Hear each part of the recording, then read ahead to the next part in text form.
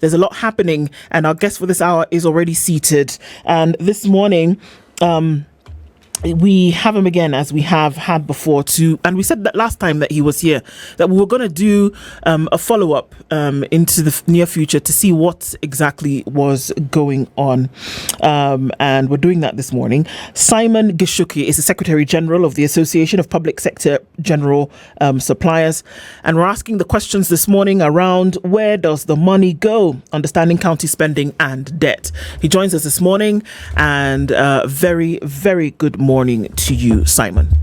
Thank you. How are you doing? Just like every other Kenyan, I am there.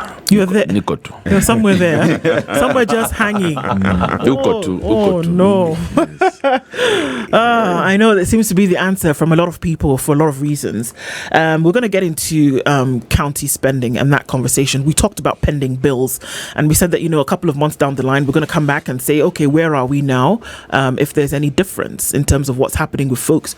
But from the position of somebody who does supplies, who's owed pending bills, who is having conversations with others who are owed as well, perfectly poised to have that conversation with us.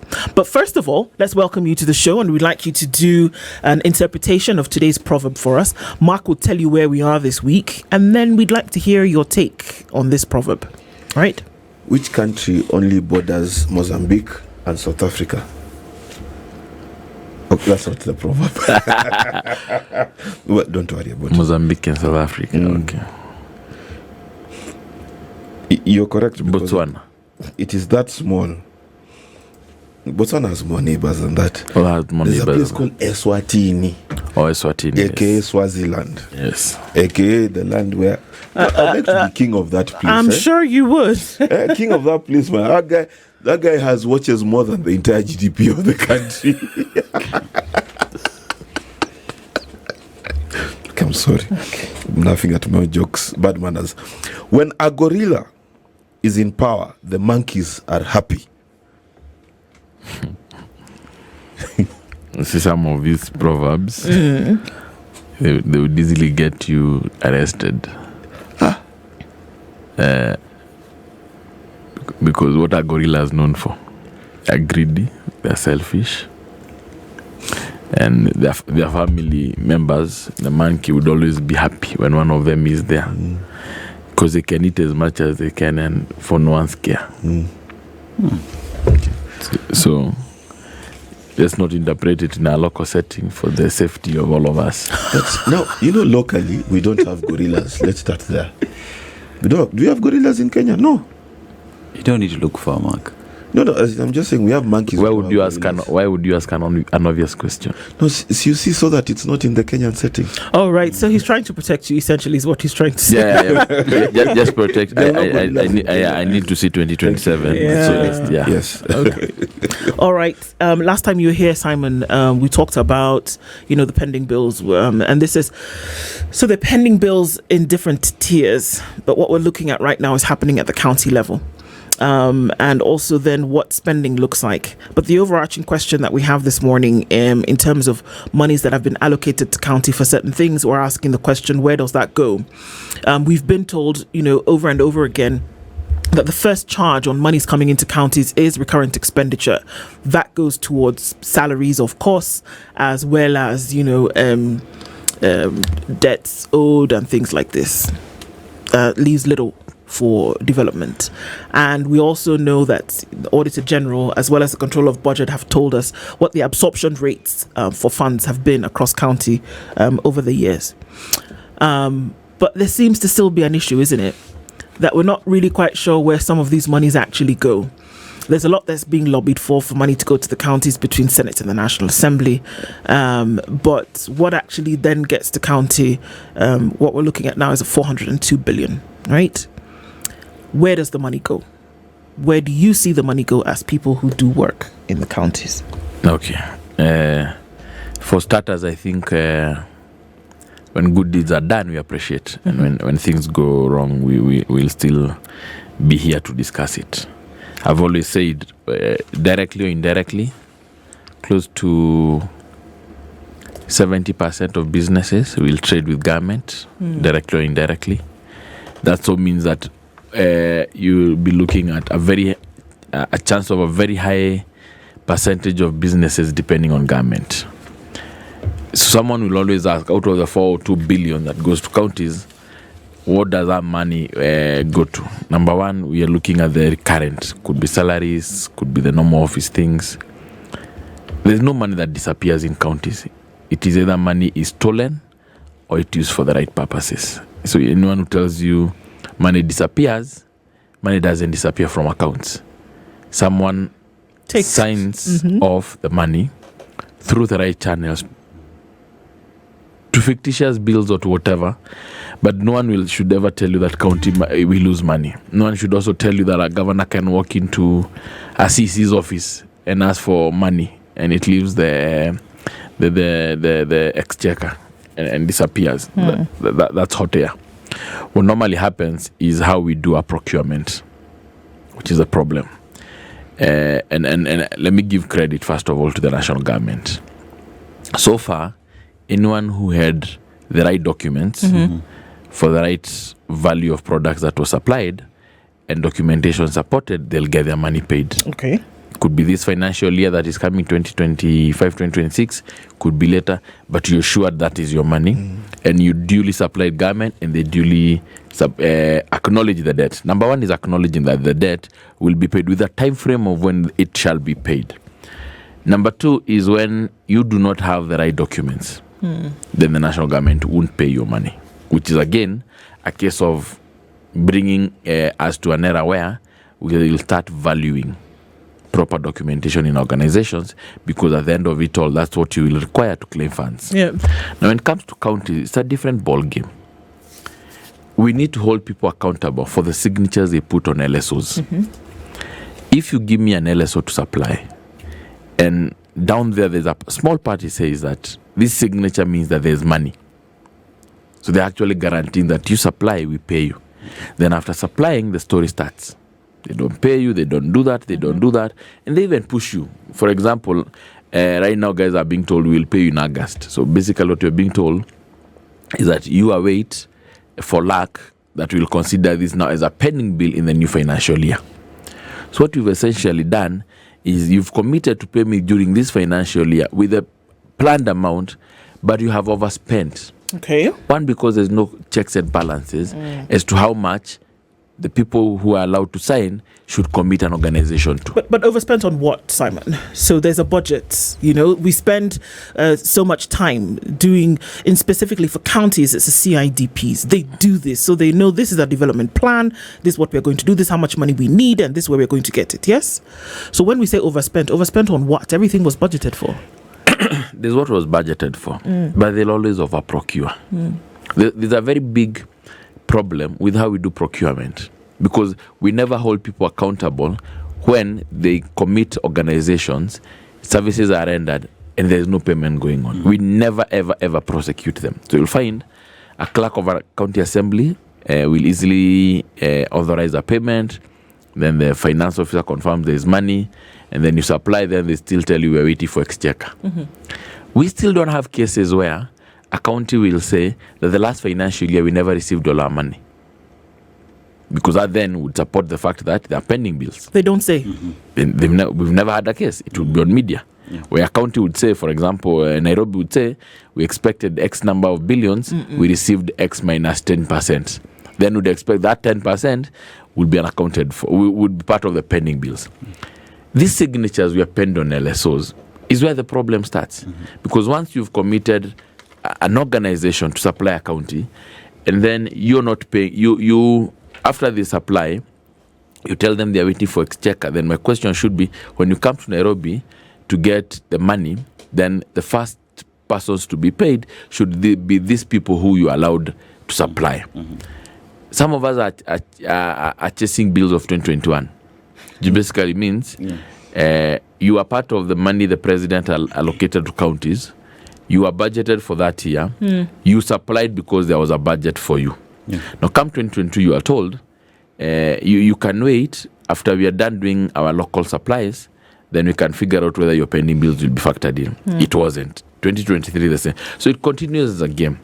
Now, the loser here isn't the county, isn't even the official who signed that document.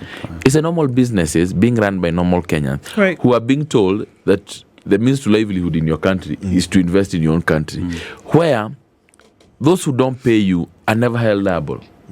But you have salaries to pay, you have suppliers to pay, you have statutories to sort. And you finish the job. Yes. And you finish the job. And at the end of the day, whoever supplies, I've always said comfortably, until we hold civil servants to account post their retirement, they will learn to respect when they put signatures on the documents. You see, Simon, when you talk about matters to do with pending bills, if you go to Regulation 55 2B of the Public Finance Management, County Government's regulations, pending bills must be treated as the first charge on budget allocations.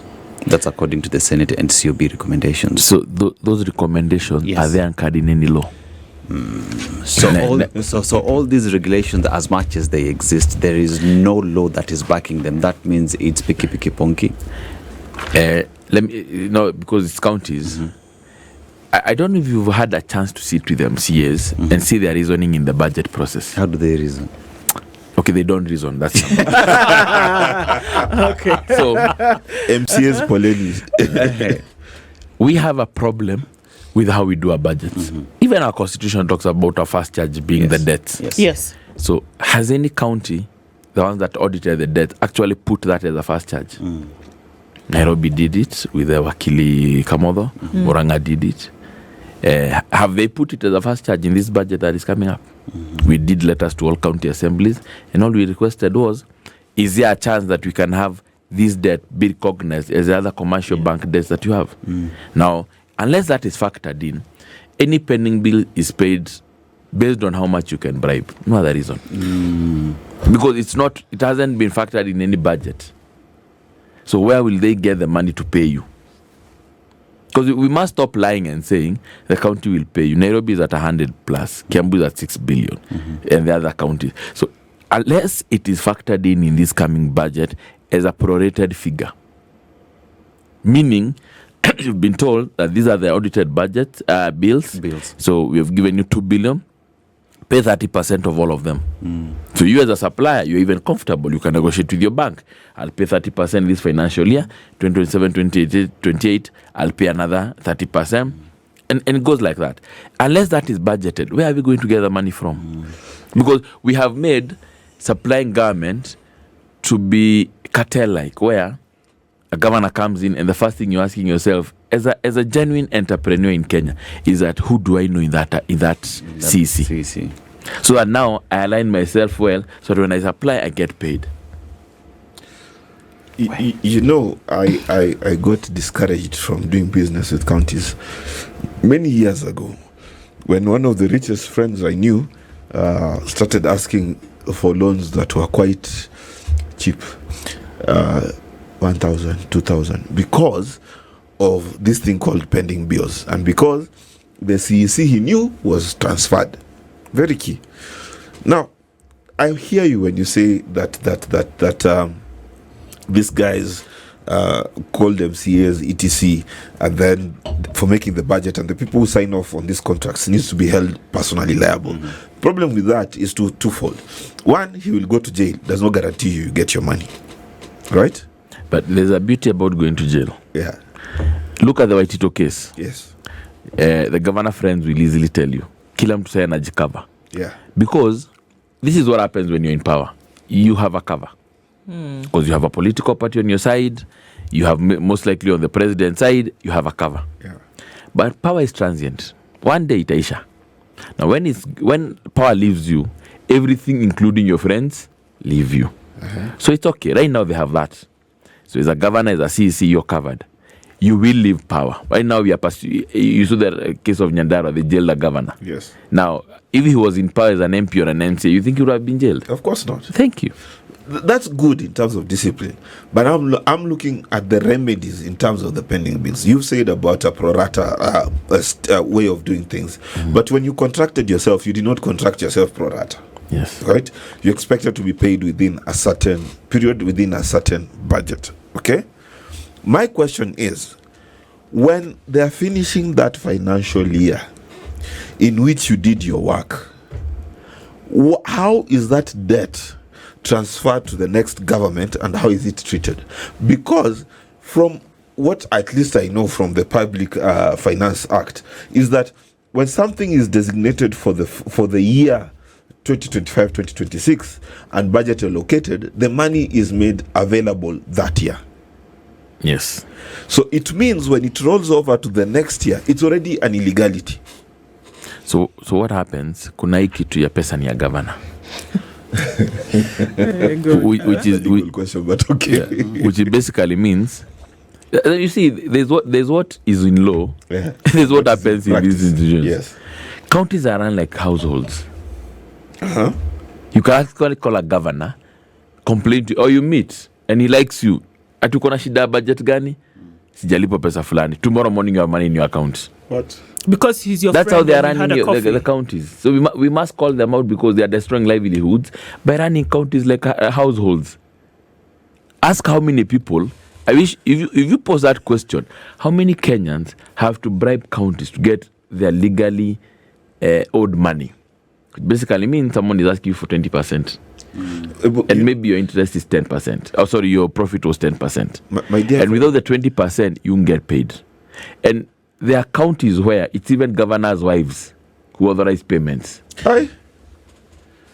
And it's not something wrong. If you want to find out for yourself, go to these newspapers. I've seen we already have 2 tenders. Yeah. Those tenders, there are people who supply last year, they were never paid. But now things are required in an office. Yeah. So now what do? Because while you're watagopa ku supply, now new people will supply. So you end up seeing you have 20 guys who sell furniture and all of them are owed by counties. So you have a communion. And you're saying basically this is at the discretion of a governor. Because we threw away the best practices in accounting. The moment we got to an era where we don't hold our governors accountable. And number 2, our CECs are basically there at the beck and call of the governor. So they're told, usilipe yo, even if it's whatever case, you won't be paid. And there's no recourse. There's nothing much you can do. So we've gotten to a level where we need to find out how to hold the CECs responsible and the chief officers personally responsible so that there's fear. Because signature, ile kidole kwa documents za gava zote ni chief officer and clerks and CEOs of the public service boards. Governor doesn't sign any document. So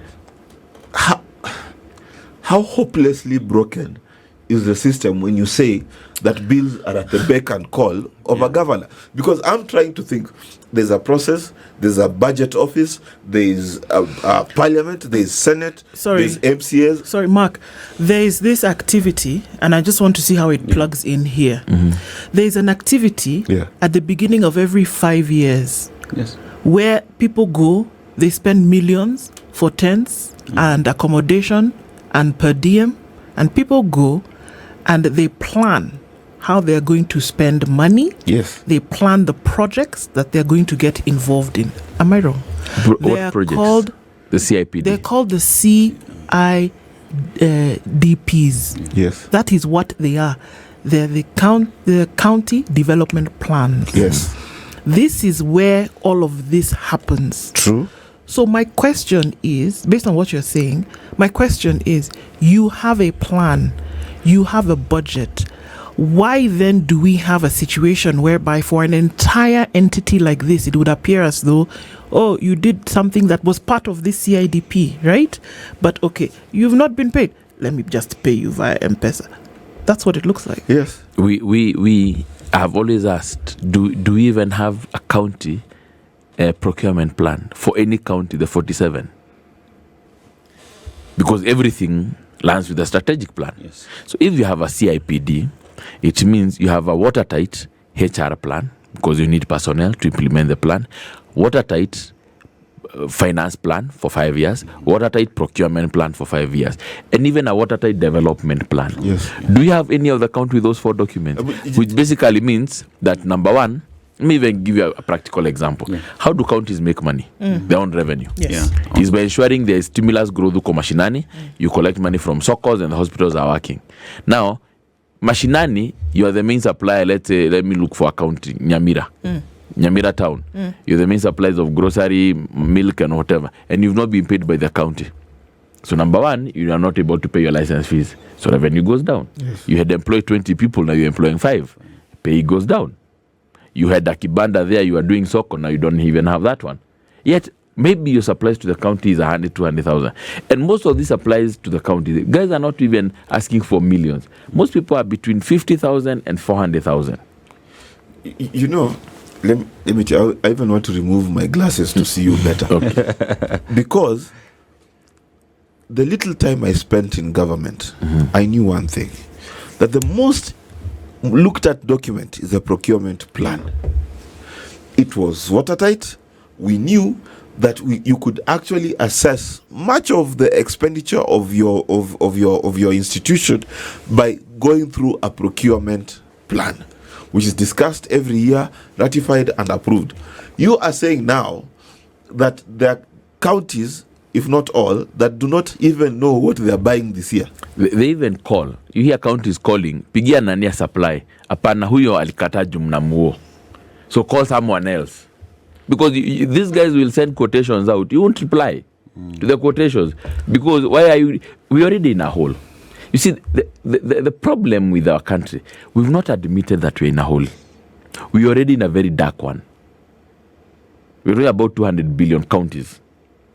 That means 200 billion worth of supplies made. Yes. And let's approximate 30% profit. Yes. We are talking about 140 billion worth of investments. Yes. Let's assume out of this, we normally get 50% loans. So we're talking about 70 billion worth of loans. Have you seen those figures? Yeah. Higher. Let's assume all this. We're talking about 10, 15,000 companies.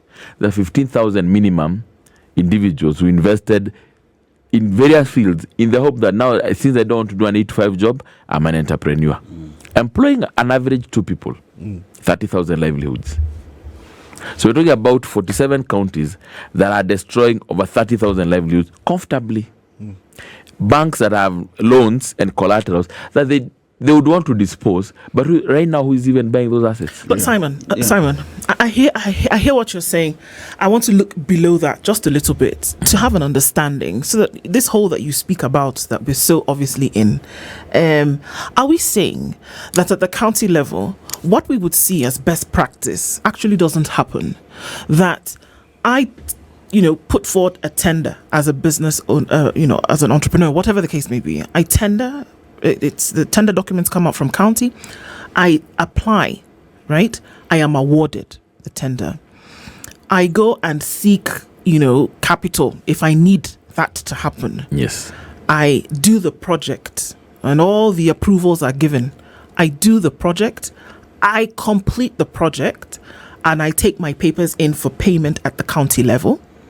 And 90 days, whatever, I am paid. Are you telling me that process does not happen in the way in which I have described it at the county level? They will tender because there's a PPRA Act that forces them to follow some processes. You will win your product, your project. You will get even the mobilization fee, call it 30%. You will deliver an entire project because after that you need to be paid. Yes. Then Chezo town in Anza. Those guys who are picking your calls at the first tranche. Remember, most likely at that point, they are still sure they need some work done. So they really need that project done, whether it is a road that was supposed to be finished or something that was supposed to be delivered. When you're done, your need is done at that point. Now they can look for a supplier to do the same game. That's why, for you to supply in counties right now, I've always said this and people say I'm a bit rude, but it's true. We are headed to an era where it's like supplying in counties. For you to get paid, you must belong to a certain cult. Yeah. So once you finish, now you look for the cult to join to get your money out. You've not answered my question. And remember, it's your money. Remember, this is what the one thing I always say. First of all, the word best practices and counties can't be in the same sentence. Of whatever nature, of whatever department, whether you're looking at finance, HR, procurement, that is something that never will be, never has been. Simon, just answer my question. You cannot today, or rather the practice has not been that you tender, you are awarded, you get your 30% mobilization, you finish the project, you put in your papers, in 90 days you get paid. It doesn't happen. All big corporates will be working right now. Ask a serious corporate about working with counties. What are they telling you? Wait after your kazi, nilipe, I subcontract me, I do the business, go back in a county. What Ndu pretty much is asking is, it does not exist. That's the answer. Listen, the term he has used is you need to join a cult. You are the third businessman to tell me that this year. That literally, it's a cartel. You go to drink together, smoke together, know where the business is done, then you got to be part of that crew. When you're part of that crew, now you can be paid. Is that what you're saying? And you know the funny thing? Yeah. It's not even about them not paying you. It's the audacity. Surely. That even if I don't pay you, there's no way you can take us. What I do? Because at the end of the day, you will sue me. My term will end. There's cases against a chief officer. The office of the chief officer. When I'm done, I am done with my term. However many livelihoods I've destroyed, it's none of my business. So we end up with a culture where you look at the LPOs, guys are sending you for counties, telling you, Simon, do you know someone here? And all of them have a signature confirming before you start the job that there is actually money. For that LSO, there's actually money. So that up there, actually, most Kenyans have never seen a government LSO. And 90%, the most important part is the commitment, Palestine. Right. That, let me read for you what it says. Let me look for one from 2 minutes here. It gets to a point where, Ellen, the last LSO was from an assembly that actually called and said, we are going to pay next financial year. Okay. Oh, wow. With no chills. Next financial year? Yes. Okay, 25, 26. Okay. Yes. So there's a place where it says, I confirm that the funds are available and that has been noted in the vote book. That signature is more powerful than the approval. And it is on the on LSO, this document, which is legal. It's a legal document. So it actually says, whoever has done this has just confirmed there's money. So could you supply? Okay, because then we want to then ask the question, where does the money go? And the people who... Look, Simon, we've heard the horror stories. People have committed suicide. People have lost everything. Auctioneers have come and taken people's everything because they've not been able to pay the bank, which they went to take money from to complete this project in the hopes that county would pay them. That's the reality of our times. Yes. That's where we're living in today. So the question when we come back from this is, where does this money actually go? Because you've just confirmed to us that these documents that you're given, they tell you that the money is actually available. So if you're not paying the people for the project, where does the money go? We'll come back and we'll continue with this conversation. We're asking that question and we're saying in the counties this morning, the pending bills, over 200 billion shillings. We're talking about in a financial year. We're not even talking about the ones that happened before that. And we'll come back and we'll continue with this. Simon Gishuki is the Secretary General of the Association of Public Sector General Suppliers and understanding county spending and debt and where it actually comes from or where it goes. And we're asking the question for which there was a budget across counties. Why do we have such high pending bills? So if the money has been confirmed that it is there when you receive this document, you as a supplier, as a contractor, whatever the case may be, you have a document, the LSO, which at the bottom of it, with a signature behind it, confirms that there is money. It's, if anything, it's the life. It gives you some life and you say, okay, fine, I can go ahead and do this. So in the event that you have completed this project and then you do not get paid, where does the money go? The most obvious answer has always been tunangoja exchequer. And they will always tell you Treasury is going to give us money, then we'll disperse to you. The part where we are coming to, which would be an interesting next 1 year to watch, is where now, as a forum, we are going to hold people accountable for the pending bills. Because you're in charge of finance and you're killing businesses, that's an economic crime. We have impeached CECs and chief officers for far much lesser crimes. Now, economic sabotage is even a far much worse crime globally. So what we are trying to do, which we will do, is by ensuring that your chief officer is fine. Let's get you out of the way, so that now, as we destabilize these chief officers who are not doing their work, then the governors will start reasoning. Number two, we must ask our counties to stop this business of overspending. It's like we get excited with new projects because at the end of the day, the only way to make more money as a governor is create fictitious projects left, right, and center. Then at the end of the day, they are left. So you'll find right now, every county has a big development project. I was shocked. Did you know Nairobi has a affordable housing project? Yes, yes. Of its own. Yes. Huh? Woodley. How did you know?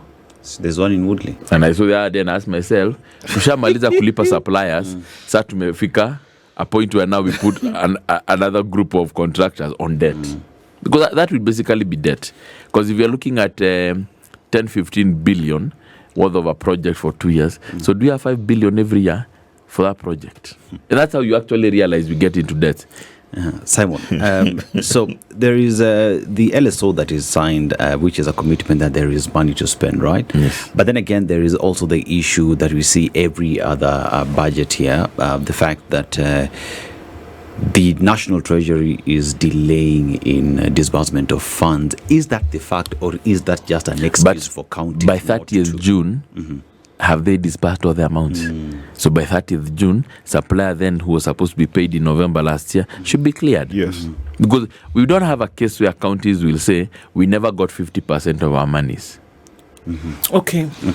The crisis has always been, we over-procure. That's why I said, even right now, we're going to 2025, 2026, no county can comfortably tell you, and I want you to invite these governors and ask them, do we have a watertight procurement plan for the next financial, including a development plan for the next financial year, which basically helps them do proper procurement, do proper planning. Number two, the other evil we have, which is a very big devil, and I'm sure the COB will concur with me, is this over-estimating on-source revenue. Why do they do that?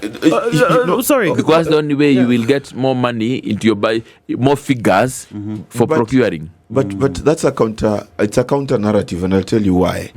Because if you're talking about on-source revenue, if you look at the sum of the charges YT2 has, right, and you can talk about them because it's been convicted, is about intercepting on-source revenue, right? That monies are coming from markets, monies are coming from parking, etc. And instead of going straight to the bank, there's a middleman here called the governor who is taking the on-source revenue. So how can you budget on on-source revenue when you are the one eating from the on-source revenue? Now, this is what I always say. Yeah. If the governor stole that on-source revenue, the owner of the on-source revenue should be in jail with the governor. The revenue director should be in jail with the governor. Yes. The CC Finance should be in jail with the Ghana. That's how you know that's a political charge. Because on-source revenue means tulikula watu watano. Yes. Sini kweli? Yes. Hawa watano wako wapi waende jela. Because Public Finance Act is very strong. Yes, it is. And it protects everyone. Yes. So the company that does revenue collection, it is still doing it today in Kiambu. Yes. So we can't say, then if it was wrong, I'm sure the control of budget would have questioned their use there. Number two, if the money was coming there, the other person who should have been jailed is also the branch managers of these banks. Because if you receive money in bulk, there's a question that go to FRC. Yeah. We are putting a caution on this account because we've noticed too much cash coming in. So on-source revenue will never be stolen like that. The biggest source with these governors is pewa kickback, chukua cash yote, weka kwa account. Yeah. So where they get to be foolish is when now they use this money to buy assets, and when questioned, they cannot be able to support the money they got in to buy that asset. And that's why you find those very, very corrupt governors. They don't buy assets. Never, zero assets. Okay. So... because without a track of the flow of money, you will never be able to know who bribed who. And where does it end? In an asset. So what does the corrupt guys do? Ensure there's no physical asset to attach to. So Governor Kotu Nairobi na pro box his entire life, but he's living A1 life. But you try looking for properties he owns zero. You won't find them. These guys are hidden their things in the modern means. So we know this clearly. What this is just it's like the mafia that's happening here. But based on what you've said, and just for purposes of clarity, you, Simon, are one of the suppliers. You've done work at the county, so you've seen the trajectory that this takes over time. Do counties still owe you money at some point? You're still owed by county? Yeah, ni kama sheria. It's like if you're not owed by county, you're not a supplier. When you supply counties, there are counties you think are sane and they will pay, and have been for the longest. Not all counties are bad. Okay. So you will go to those counties in the hope that they will pay. Yes. Granted. Yeah. Then 1 or 2 officers come in and the entire shape changes. Because I'll give you a good example. There's a county in Western Kenya. In the last 2 regimes, you pay without knowing anyone and you get paid. I always tell people that is a story I'll give one day. Hosanna in the highest. Because they were okay. The systems were working. The processes were working. Even the staff will tell you there that we were being paid very well. Now the system changes and a man comes and he wants to authorize everything. So if the governor is in Nairobi, nothing gets passed. We have other counties, and I give a good example. We have other assemblies and county assemblies that in the last before 2022 you didn't need to know anyone to supply. Which county is that? It's good for us. You know why it's good for us to know this? Kakamega was an amazing county to supply under Oparanya comfortably. Supplied, got paid many times. There's this other county, I'm trying to get the name. Modominjoki first time, amazing man. So we have many of them. If you go north, by that Turkana did a good job. And Nanok, they were paying on time. First time of Derry to pay on time. So the examples of county assemblies that were paying on time, there are many. And they would pay you on time. And you didn't need to know anyone to get so they had a bit of processes running. Right. And then we come to an era where governors realize, so 10% works. And now everything is on their desk. Because in this day and age, the president doesn't approve any payment. So does the governor. They are not part of any procurement plan or any procurement process for payment. But you'll find it gets to a point where CC is telling you, mkubwa alisema hizi silipwe. So you're the CC, mkubwa wako ni nani? Okay. So the part B of that question, was that what are these things, and it could be across board, but what are these things that are being supplied to county? There's stationery in offices, there's furniture, there's soft services, catering. So what are some of these things? Let's start with the basic ones. Okay. After salaries, the office has to run. Okay. The office run because there's stationery and there's office supplies. So these office supplies form a very big chunk because they're supplied almost on a daily basis. Then counties have to develop, they have to run the offices. Yes. So we have consultancies, people who advise the governor, people who do documents to educate the county of so many things. They don't get paid. The counties will also hold events in hotels. They don't get paid. There are roads that will be contracted. There'll be contractors who don't get paid. There'll be flight tickets of governors enjoying life agencies. They don't get paid. And the crisis with agencies is what? They are at a rule. They have to pay within 28 days. No, it's now 7 days. 7 days now. Oh, wow. Which basically means now it's their money. Kitambo walikuwa na leeway. Now there's no that leeway. Now we also have guys who basically supply uniforms and stuff like that. So you find the suppliers of goods and services are using their own money to basically fund counties at zero interest. Okay. All of these things that are being provided for, are they actually, apart from the airline tickets and things like those, are they actually being used? You said there's an oversupply at the counties, is it because there's too much that's being asked for, number one? Or is it that because I contracted Mark to give me office supplies in the week or in the month of June, July, August, I have not paid him. So because I'm trying to get rid of that drama, I bring on Simon to supply me. So more and more people just continue supplying. We are not paying them, but they keep bringing and we're not paying them. Yeah. So is that where the oversupply comes from? No, the oversupply comes from the fact that we over budget. Okay. So we want to do 100 roads, but deep down the governor knows I can only do 50 roads. But because he needs another term, what does he do? So I get 50 roads, I pay all of you 20%, and I get another 50 roads, I pay another 30%. Oh, for crying out loud. Okay. So at the end of the day, mtakuwa melipwa kidogo nyinyi wote in the hope that this money will come in. And there is always, let me tell you, no one refuses good business. So you'll always be hoping that nitalipwa. nitalipwa. So we've gotten to a level where even when they're doing the pending bills audits, we don't work like we are. The basics of corporate governance is going concern. We act like counties start their life when a governor comes in. And their life ends when a governor leaves office. So the new governor comes in and disregards everything previous and starts his life zero. So even the suppliers and everything, it's at 0 point. Simon, I just want you to talk about the poor budget execution, lack of expenditure discipline, weak procurement planning, and political interference, and how that is affecting the suppliers, the debt that is there, and implementation of projects by the counties. If we were to be honest, and I'm actually hoping that the new system that the Treasury is implementing for procurement will work, is every procurement done in our country, you shouldn't buy a successive product in the same category without settling the first one. Because what you're doing is you're doing that musical chair game with people's money. Pay this one or this one, pay this one or this one, pay this one or this one. So you keep circling people like that. So ordinarily what happens is the pain of business is never felt by the officer. Because he can get his people paid. But the 10th of Kenyans who are in genuine business and who supply genuinely never get the money in. We have cases, guys have even gone to court, taken county to court. Now county has delay tactics. So you have a case in court because of a pending bill, then you decide let's settle it in court, then the judge pushes the case for 5 years down the line. So we are Mark. So we're saying that if you give somebody, for crying out loud, if we're saying now that the 10% that you talk about, or the 15 or whatever, that if you then offer and say, okay, well, Simon, I just need to be paid, take something and give me money, are you saying that this money will miraculously come out? Of course. Okay, we are in Kenya, so counties will pay based on how well you can bribe.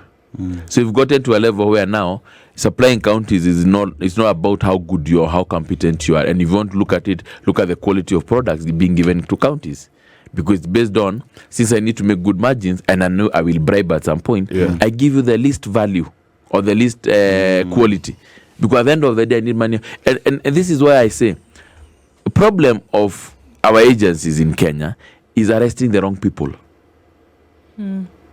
I wish we were to do a wealth audit of the chief officers and see since not independent, since devolution.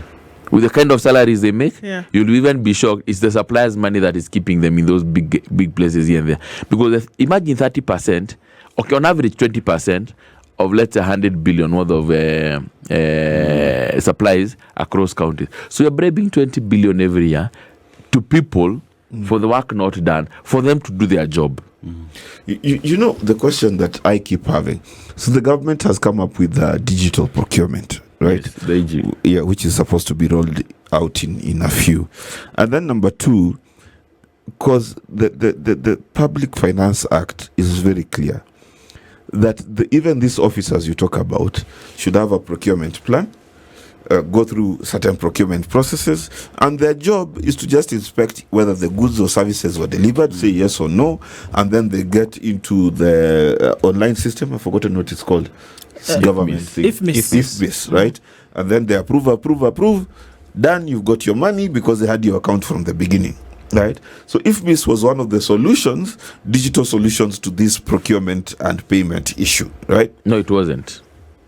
If technology is a bad thing, is the word I wanted to use, but I'm on here.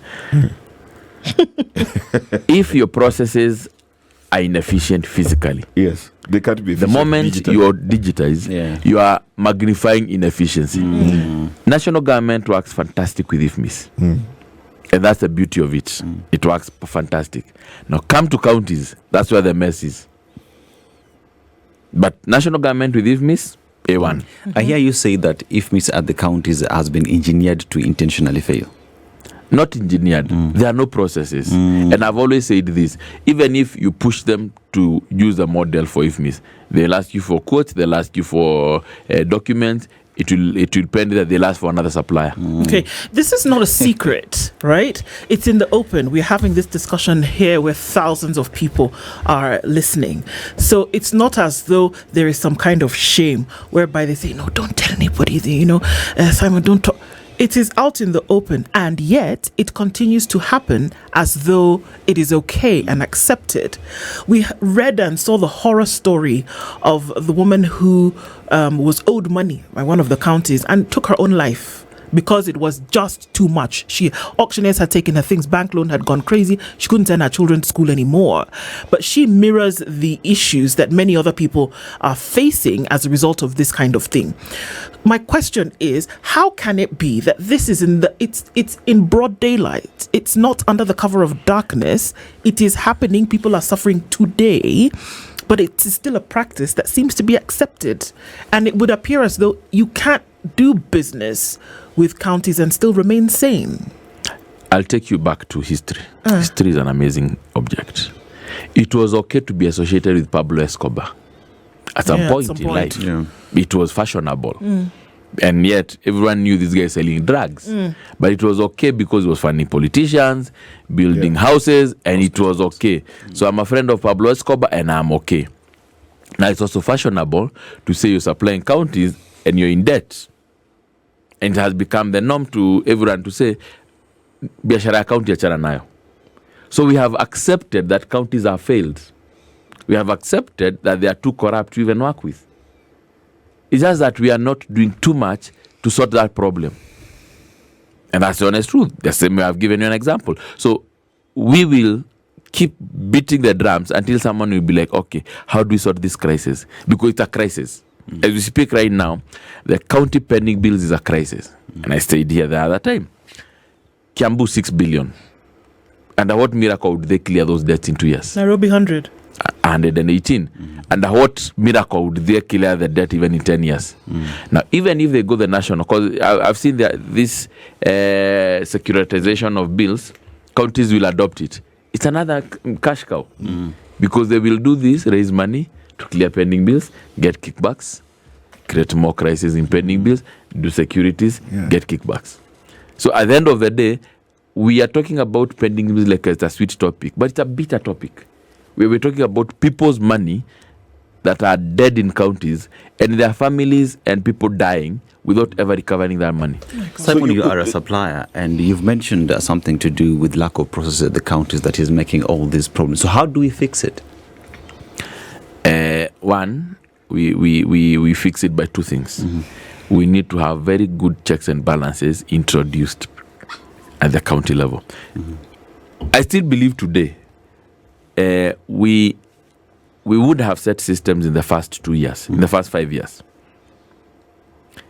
But when counties now became, right now everyone wants to be a governor, is not there to serve you. Because he's not able to steal money in the Senate, so they can steal money in the county. They're not going there because they love their homeland. Now because I come from Migori, become governor of Migori, I'm going to help Migori people. No, it's because now, it's also my county. it's because I'm not able to steal money in the Senate. So uko mashinani, I will be able to do it. So we need to push for systems to work in the county government so that we have value for money. We have gotten to a level where at some point even the main hospitals couldn't get medicine because you owe suppliers of medicine money. Even the medical equipment, a lot of medical equipment suppliers are owed money by county. So as we speak about good health care, I always say SHA could be working, but you go to a hospital without equipment because the supplier is not supplying the equipment because it's not being paid. So SHA is working, but you go and they tell you, you want MRI, hatuna machine, it'll collapse. And the guy to repair is owed like 10 million. So you think he's going to come another million? And SHA is working, it's not bad. Now you don't get treated. Then you go to private hospital. So do you know when you go to home, what do you say? SHA is not working. But is it SHA not working? Or is it that the hospitals owe medical supplies too much money that the equipment in hospitals, in public hospitals, are dead? Mark? Just a quick one. I'm obsessed with this thing. If we get the right governor, systems work. We get the wrong governor, systems don't work. Is the political will of the governor the main driving force behind competent counties? Correct. That is a bombshell, my friends. So 2027, choose the right governor who will put systems in place, you're good to go. Choose a bad governor, we'll still be crying about county spending and debt 2028. And that's where we will be. And that's where it is. The buck stops with one person and what they're essentially willing to do or not do. We can't not have these conversations, and it's good that we consistently do. So I want to thank you so much for being here, Simon, and we'll do again. We'll follow up again, in a short while and see how things are actually going. Simon Gishuki is the Secretary General of the Association of Public Sector General Suppliers, has been our guest this hour, and we're asking the question, where does the money go? Well, now we see. Good morning. This is the Situation Room, the only way to start your day.